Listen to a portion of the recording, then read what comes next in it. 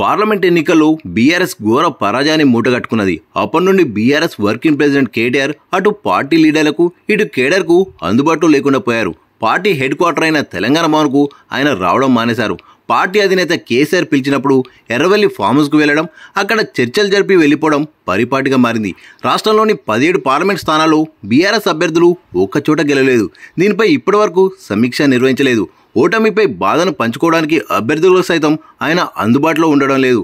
ఓవైపు అధినేతతో, మరోవైపు working ప్రెసిడెంట్తో connection cut కావడంతో లీడర్లు, కేడర్ తీవ్ర అసంతృప్తి ఆగ్రహంతో ఉన్నారు. మరోవైపు అసలు బీఆర్ఎస్ పార్టీలో ఏం జరుగుతుందోననే చర్చ మొదలైంది.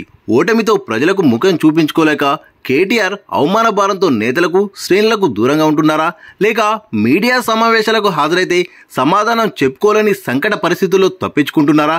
ఇవే ఇప్పుడు గులాబీ పార్టీలోని వివిధ స్థాయి నేతల మధ్య జరుగుతున్న చర్చలు.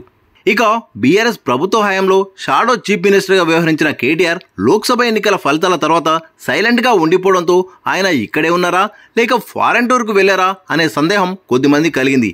గతంలో రాజకీయ నాయకులు విమర్శిస్తే ఘాటుగా తిప్పుకొట్టే కేటీఆర్ ఎన్నికల్లో ఘోరంగా ఓడిపోయిన తర్వాత భిన్నంగా కనిపిస్తుండడం పార్టీ లీడర్లకు జీర్ణం కావడం లేదు.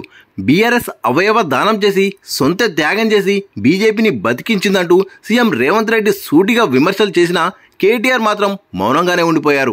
మరోవైపు పార్టీ మళ్లీ పుంజుకునేలా చేసేందుకు సంస్థాగతంగా చేపట్టాల్సిన మార్పులపై కేసీఆర్, కేటీఆర్ కలిసి వ్యూహాత్మకంగా వ్యవహరిస్తున్నారా? ఏకకాలంలో బీజేపీ, కాంగ్రెస్లను ఢీకొట్టే స్ట్రాటజీలకు పదును పెడుతున్నారా? లేక పార్టీ ఉనికిలోకి వచ్చినప్పటి నుండి ఎన్నడూ లేనంతటి ఘోర పరాజయాన్ని మూటగట్టుకుని తలెత్తుకోలేని పరిస్థితుల్లో స్కిప్ చేస్తున్నారా? ఇవి కేడర్ నుండి వినిపిస్తున్న ప్రశ్నలు.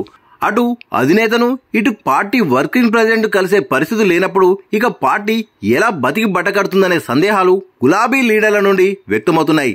త్వరలో జరిగే స్థానిక సంస్థల ఎన్నికల నాటికైనా కేడర్ను దిశానిర్దేశం చేసే బాధ్యతలు ఎవరు తీసుకుంటారనేది సమాధానం లేని ప్రశ్నగా మారిపోయింది.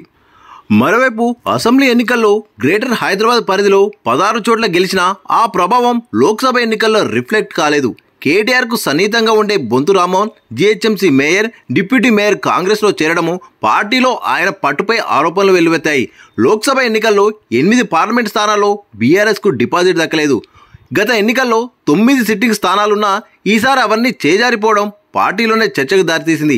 అసెంబ్లీ ఎన్నికల్లో గెలిచినప్పుడు కేటీఆర్ ప్రభావమే కారణమనే గొప్పలు పార్టీలో వినిపించినా లోక్సభ ఎన్నికల్లో అది రివర్స్ కావడంపై మాత్రం గుసగుసల స్థాయికై పరిమితమయ్యాయి.